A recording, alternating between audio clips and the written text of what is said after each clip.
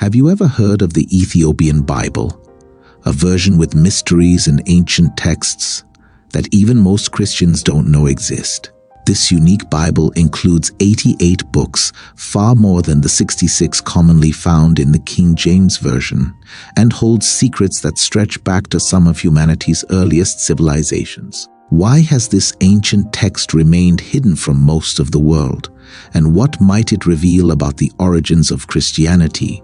Stick around as we uncover the incredible story of the Ethiopian Bible, its unique history, and the secrets that could change how we understand one of the world's oldest religions. The Ethiopian Bible is a fascinating and unique text that has captivated historians, theologians, and scholars alike due to its ancient origins, unique contents, and mysterious preservation. While it may seem like something from a historical adventure story, the Ethiopian Bible is very real and distinct from the Bibles commonly used in Christian traditions around the world. This rare text offers an extraordinary glimpse into one of the world's oldest civilizations, Ethiopia, which has a deeply rooted history that intertwines with the Bible in ways that most people aren't aware of. Not only does the Ethiopian Bible contain more books than most Bibles, but it also preserves ancient teachings, beliefs, and narratives that were excluded from other versions, providing a unique window into early Christianity and the heritage of Ethiopian Christianity. Ethiopia itself holds a prominent place in human history.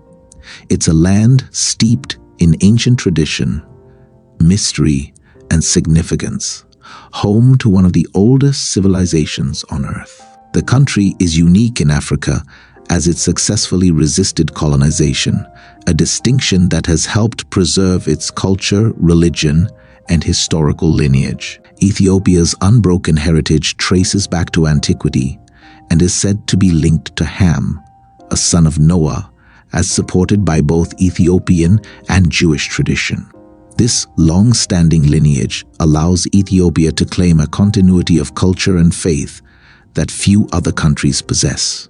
For many, the Ethiopian Bible is an unknown treasure trove of biblical lore, containing not just the 66 books found in the King James Version, but an additional 22, bringing the total to 88 books. These include works such as the Book of Enoch, Jubilees, and various other texts that are not typically found in Western Christian Bibles. The Ethiopian Bible also includes portions of both the Old and New Testaments, as well as unique scrolls that aren't seen elsewhere.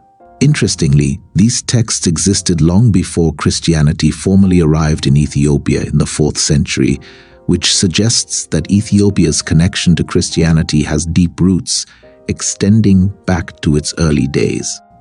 According to historical records, the Egyptian traveler, monk, and historian Cosmas Indicopleustes documented that Ethiopia was already a Christian country by the time he visited in the 6th century. He observed that Ethiopian rulers were welcoming Christian refugees who had fled persecution, opening their borders to those escaping anti-Christian sentiment in other kingdoms. This long-standing Christian tradition has led some historians to argue that Ethiopia's Christian heritage is older than that of many Western nations. Some Ethiopian tribes have been worshipping the Christian God for over 3,500 years, suggesting that the Ethiopian Orthodox Church, locally known as Tewahedo, is one of the oldest organized Christian bodies in the world, predating even the Roman Catholic Church. Adding to its historical and cultural significance, Ethiopia is home to one of the earliest illustrated Christian manuscripts ever found. Written in Ge'ez, an ancient Ethiopian language, this manuscript was uncovered in 2010 at a remote monastery perched high on a mountain. This unique artifact is a part of the gospel, showcasing Ethiopia's early adoption and preservation of Christian texts. The Ethiopian Bible also includes passages about the Queen of Sheba, a well-known figure in both Ethiopian and biblical history. According to Ethiopian tradition, in the 10th century BCE, the Queen of Sheba traveled to Jerusalem to seek wisdom from King Solomon. Their meeting, as documented in the Ethiopian Kibra Nagast and other religious texts, is said to have resulted in a son, Menelik, who would later become the first emperor of Ethiopia. Recent genetic studies lend credibility to this story, showing that Ethiopian populations may indeed share ancestry with people from Egypt, Israel, or Syria, dating back approximately years to the time of Sheba's rule. Despite its historical importance, the Ethiopian Bible has often been disregarded by mainstream Christianity. Most Christians are unfamiliar with it, demonstrating the extent to which it has been overlooked or, in some cases, deliberately hidden. But why is such a significant text not accepted or widely known within the Christian faith? To answer this question, we need to look back at the history of the Bible itself. The Bible, as it is known today, was not always a single, cohesive text. Originally written in Hebrew, the first formal translation was undertaken by Saint Jerome, who translated it into Latin around 400 CE, creating the Vulgate, which became the official Latin Bible for the Western Christian Church. By this time, the Bible consisted of 66 books, 27 in the New Testament, and 39 in the Old Testament. However, in its early days, numerous books and manuscripts were circulating, and not all of them were considered reliable or accurate accounts of Jesus' teachings and life.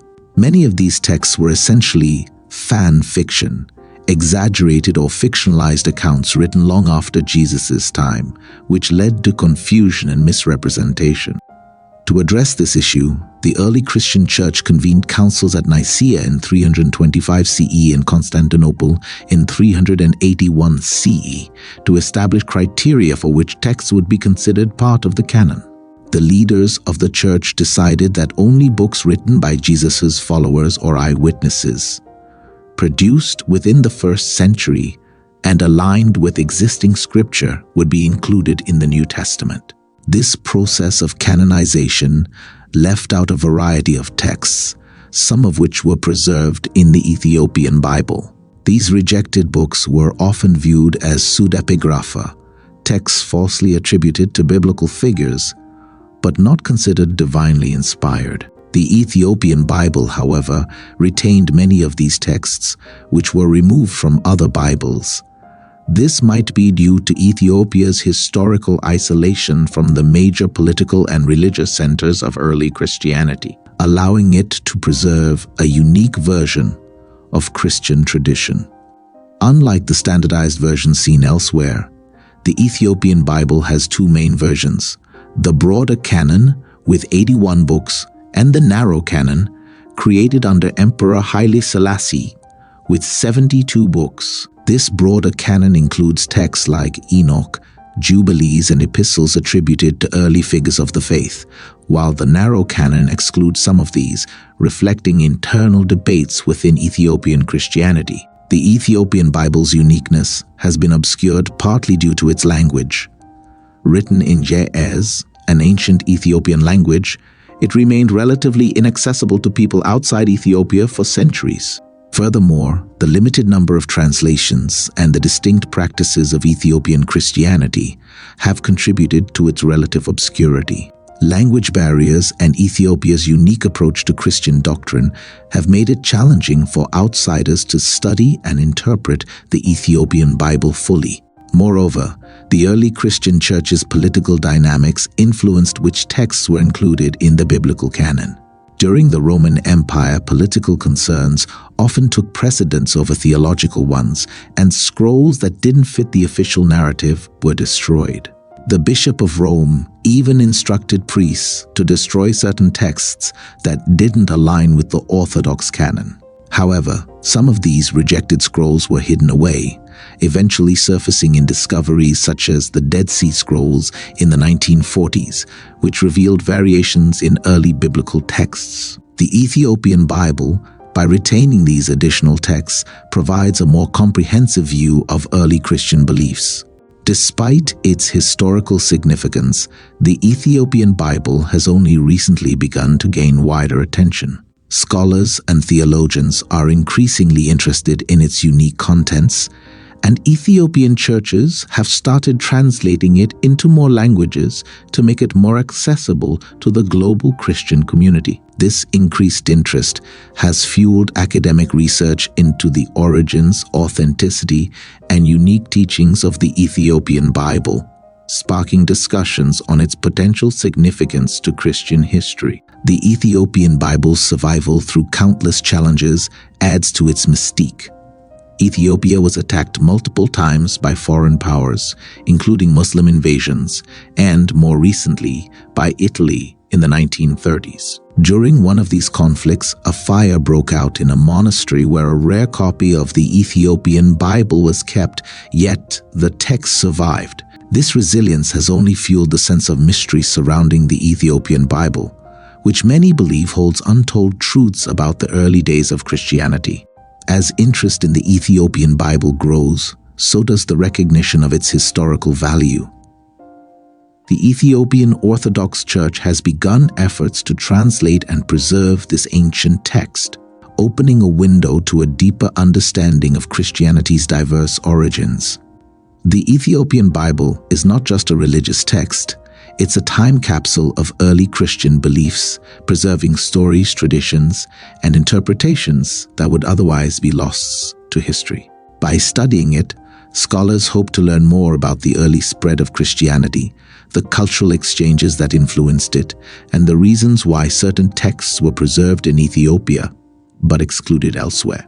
In conclusion, the Ethiopian Bible is a rare and valuable piece of history, offering a unique perspective on the Christian faith that is different from what most people know today. Its story, from its ancient origins to its survival through adversity, mirrors the resilience of Ethiopia itself. By preserving these ancient texts, Ethiopia has safeguarded a distinctive heritage that continues to spark curiosity and debate. As scholars and theologians uncover more about this fascinating text, the Ethiopian Bible may inspire a broader reevaluation of Christian history, encouraging a deeper appreciation of the diverse ways in which Christianity has been understood and practiced around the world.